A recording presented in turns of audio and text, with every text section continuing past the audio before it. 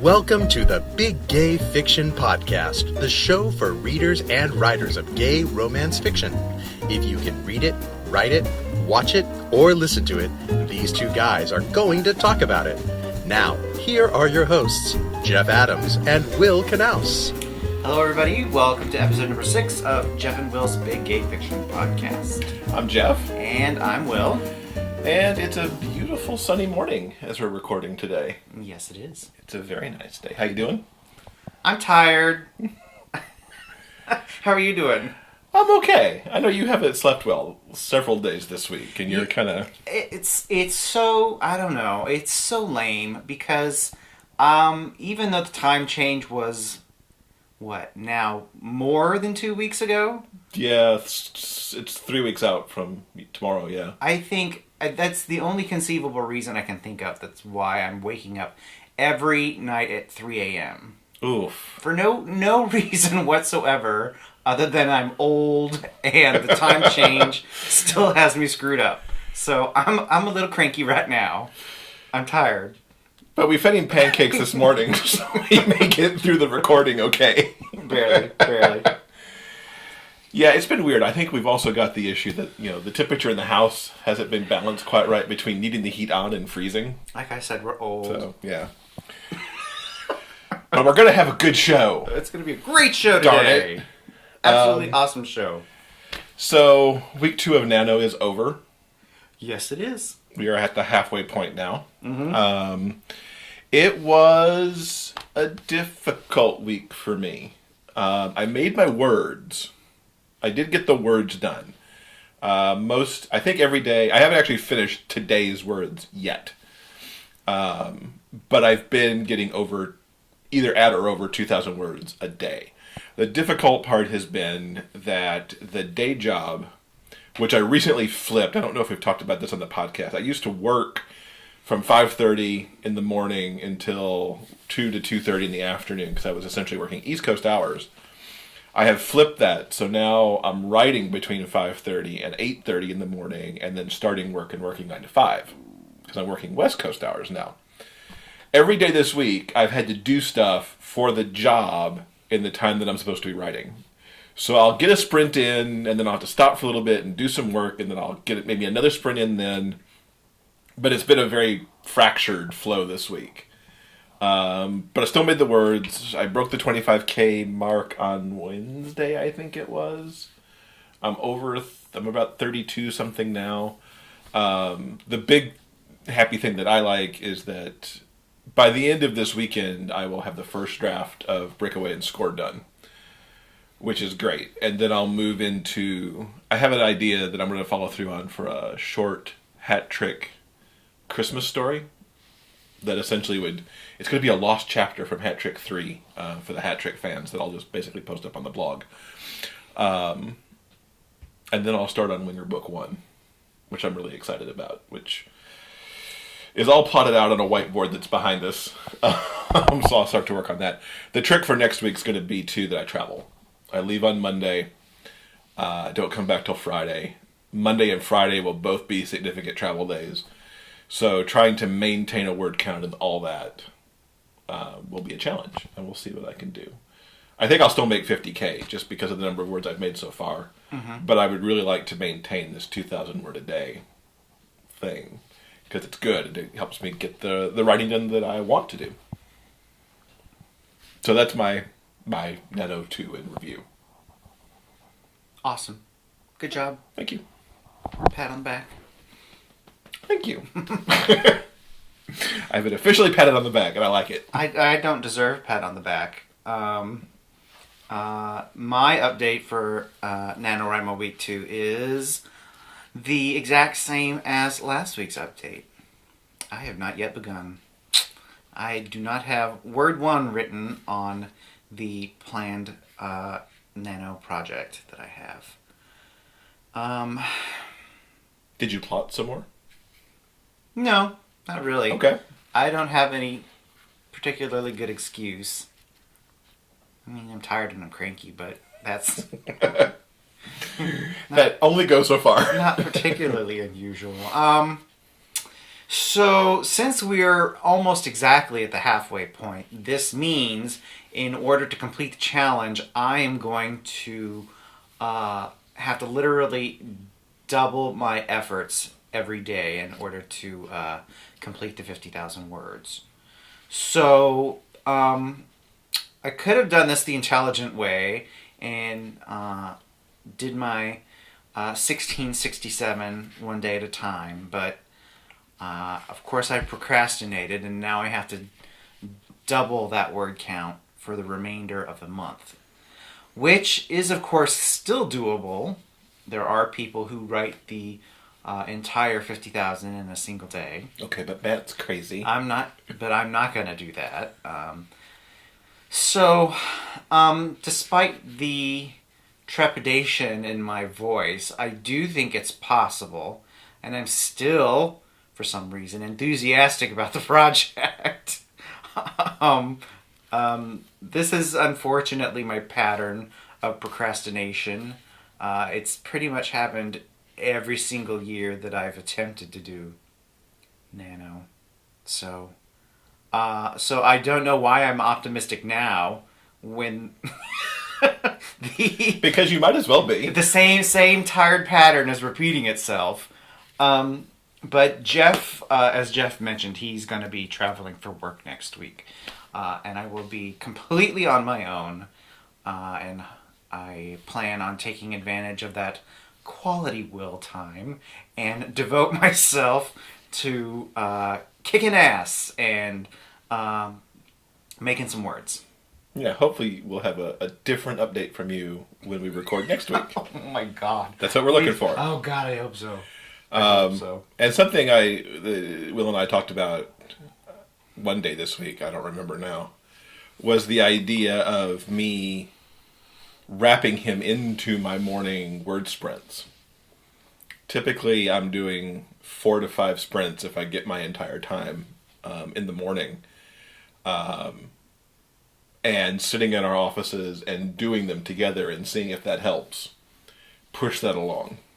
We get 10 days together when I get back, where we could try to sprint together and see where we end up with before Nano's over. So between next week and those 10 days when I'm home, I'm hopeful that we will carry you over the finish line. Whether it's 50,000 words or 25,000 words or whatever that may be. Yeah. Everybody think good, happy Will thoughts for Nano. Goodness gracious. Yeah. In related news to NaNoWriMo, I wanted to recommend a book that I thought might be helpful to writers in general or participants in NaNoWriMo specifically. It's a book I recently picked up. It's called Master Lists. Oh, good Lord. Master Lists for Writers by Bryn Donovan. It's really a terrific book. It's basically a bunch of, well, guess what? A bunch of lists. She has lists of character names. Here I just opened the book. There's 50 romance plots to get you thinking about different things. Names, character traits, also, where else? 50 great words for sex scenes, which I have bookmarked because I know I'm going to need this when I'm writing my NaNoWriMo story. So it's a really terrific resource, and I thought I would bring that up. Most of the lists and entries in this particular book originally appeared in blog form on Bryn's website, which you can check out at bryndonovan.com. Her first name is spelled B-R-Y-N. Also, she announced this week she's going to be doing something in 2016 called Blank Page to Final Draft. And what she's doing is she's going to take some of her old blog posts, posts that she wrote, I believe, during the writing process of one of her own fiction novels.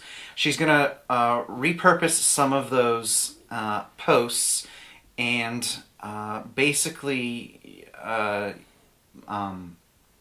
revise them and put them up once a week, and sort of run what essentially amounts to a class, and to help you conceive of and write and edit your book in a single year.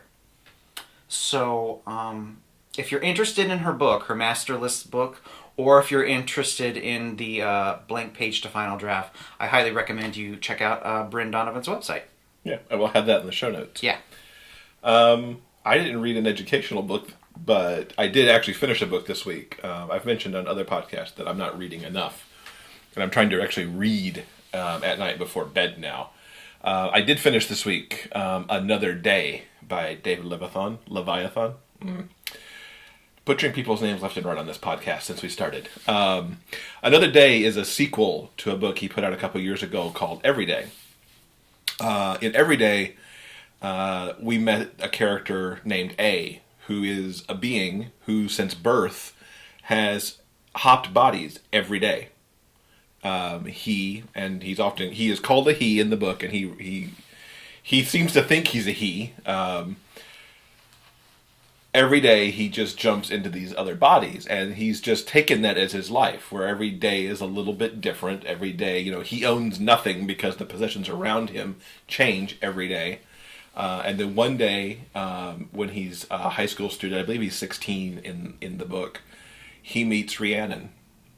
And this is a girl who he falls head over heels for when he's actually in the body of her boyfriend for that day. And after that, he finds as many ways as possible to get back to where Rhiannon is every day. Because the parameters of how he hops is that he only hops in he won't hop across the country. It might be the next town over, but he basically stays in the same general area where he's at, and he always lands in the body of somebody who is the age that he is. It's a fascinating book. He reveals his secret to Rhiannon, and they kind of deal with this idea that every day he is somebody else. He could be a very attractive guy one day, and he could be in the body of a very depressed, sad girl the next day. I always like how David almost, to me, reinvents himself as a writer, book after book after book. And this one was one that is one of my all-time favorites. And now with Another Day, he's pivoted the story around, and the story is from Rhiannon's point of view. So you meet Rhiannon the day that A arrives in her boyfriend's body, and the book goes forward from her point of view, as she struggles with the idea of this person that she's fallen for, but who she can't resolve being in these different bodies every day. And it's, as companion pieces, they're really awesome, and they both end at the same point. So they don't go, Rhiannon's story doesn't go further than where A's story stopped in the first book. I can't recommend them highly enough. There's also a companion, I think it was called Another 6 Days, if I'm not mistaken, that came out. It kind of fell between the books, and it actually covers random other days before Every Day started. I've babbled on long enough. I'm going to try and get a review of this actually written up for the blog. I have such a backlog of book reviews to put on the blog. It's ridiculous.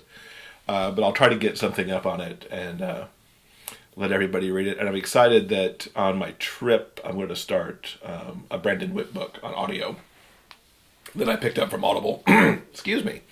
And then I'm also going to start to read Wade Kelly's new book. I've got The Ark.